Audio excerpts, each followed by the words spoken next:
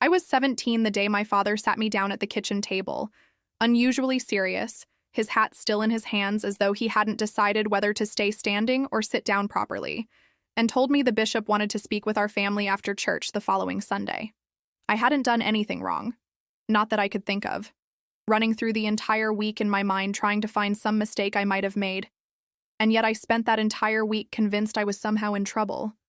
All because of something that had happened 2 weeks earlier at a singing. Something that had absolutely nothing to do with any choice I'd actually made. By the end of this video, you'll know exactly what happened that led to a formal conversation with our bishop, what was actually said in that conversation, how my father responded, and how a situation caused entirely by other people's behavior somehow became something I was expected to help resolve, simply because of how I looked. If you've watched my last video, you already know some of the background here, the jealousy, the gossip, the constant unwanted attention that had followed me for a couple of years by that point.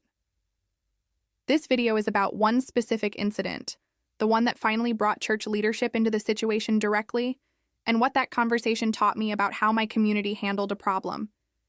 it didn't quite know what to do with, one that had never really come up in quite this way before, at least not that anyone could remember clearly enough to know exactly how to respond to it. It started at a Sunday evening singing, an ordinary gathering I'd attended dozens of times before without incident, the kind of evening usually filled with hymns and quiet conversation among the young people of our district. 2 young men, both of whom had made formal inquiries toward my family that same year, ended up in a serious disagreement that evening, not over anything practical, but specifically over which of them I preferred, a conversation I hadn't actually had with either of them in any real depth yet.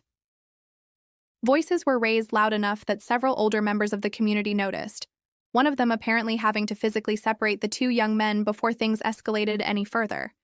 And by the time I heard about it secondhand the following morning, from a cousin who'd been there, and thought I ought to know before I heard it some worse way, the story had already traveled through at least 4 different households, each version slightly different, but all of them centered on the same basic fact: 2 young men had argued publicly, at a church-sponsored gathering, over me. I remember feeling a specific kind of dread hearing that story, because I knew immediately how it would be interpreted.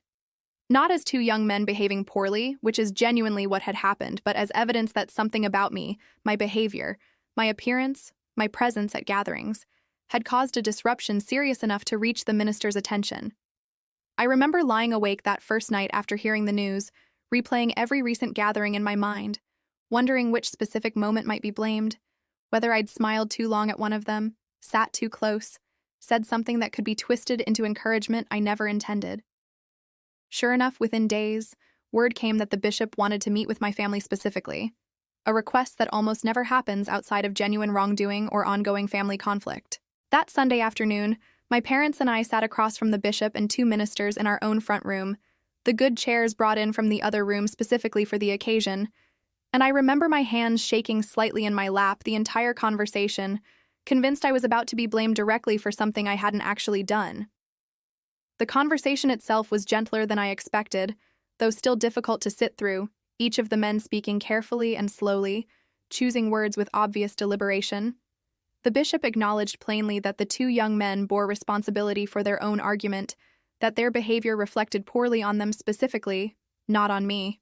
But he also gently suggested that perhaps I ought to consider making a decision about courtship sooner rather than later, to help settle a situation that had apparently become a distraction for the broader community, rather than allowing it to continue unresolved. I remember sitting there, 17 years old, being asked, however kindly and indirectly, to essentially resolve a problem I hadn't created, simply by choosing a husband faster than I actually felt ready to.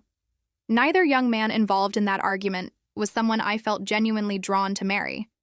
And yet the pressure in that room, quiet and respectful as it was, made it clear that continuing to wait, continuing to take my time the way I genuinely wanted to, was itself becoming viewed as part of the problem rather than simply my own reasonable right to decide carefully. My father, to his credit, spoke up at that point, more firmly than I expected from him, his voice steady in a way that surprised even my mother beside me, saying plainly that his daughter would decide on her own timeline, and that 2 young men behaving foolishly at a singing wasn't a fair reason to rush a decision as important as marriage. He added that if the community had concerns about young men losing their tempers in public, perhaps those conversations belonged with the young men themselves and their own families. rather than with his 17-year-old daughter who had done nothing more than attend a gathering she'd attended her entire life. I remember feeling an overwhelming rush of gratitude toward him in that moment, watching him push back gently but firmly against men whose position in our community he genuinely respected, simply because he believed the pressure being placed on me wasn't fair.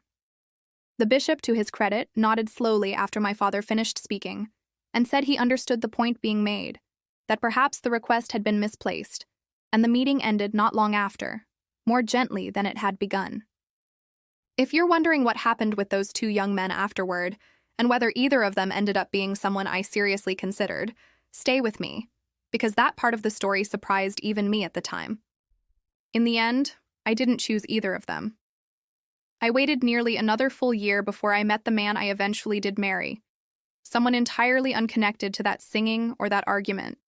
someone I chose in my own time, on my own terms, exactly the way my father had insisted I deserved to. That year wasn't easy exactly, since word of the bishop's visit had spread almost as quickly as word of the argument itself, and I felt eyes on me at gatherings for months afterward, people clearly wondering whether I'd make a decision soon or continue waiting the way my father had defended my right to do. The two young men involved in that disagreement both eventually married other women within our community, and honestly, I don't think either of them held any lasting resentment toward me once enough time had passed for the whole situation to settle down naturally. I ran into one of them years later at a wedding, married with 2 children by then, and we exchanged a brief, slightly awkward but genuinely friendly greeting, both of us clearly having moved well past whatever had happened that evening at the singing so many years earlier. Looking back on that meeting with the bishop now, what stays with me most isn't any anger toward him or the ministers, who I genuinely believe were trying to handle an awkward situation as fairly as they knew how, without any real precedent for exactly this kind of problem. It's the memory of how easily an entire community's discomfort with an ordinary human conflict got quietly redirected toward me, a 17-year-old girl who hadn't caused any of it, simply because I happened to be the common factor in an argument 2 young men chose to have. I think that's the real lesson underneath this whole story, that being perceived as beautiful in a small, tightly connected community doesn't just invite jealousy or gossip. It can genuinely shift responsibility onto you for situations you never actually created or controlled, dressed up as gentle, well-meaning advice rather than anything resembling blame, which somehow made it harder to push back against in the moment than if it had simply been stated plainly. What I'm proudest of looking back isn't how I handled that meeting itself, which honestly I mostly sat through in nervous silence, letting my father speak for both of us. It's that I still, despite all that quiet pressure, waited nearly a full year afterward before choosing a husband, refusing to let one uncomfortable Sunday afternoon rush a decision that was genuinely mine to make, on my own terms, in my own time, no matter how many people at gatherings that year seemed to be quietly waiting for me to finally settle the matter for good. Tell me in the comments, has an entire situation ever been unfairly placed on your shoulders simply because you happened to be at the center of it, without ever actually causing it yourself? I'd genuinely like to hear your story.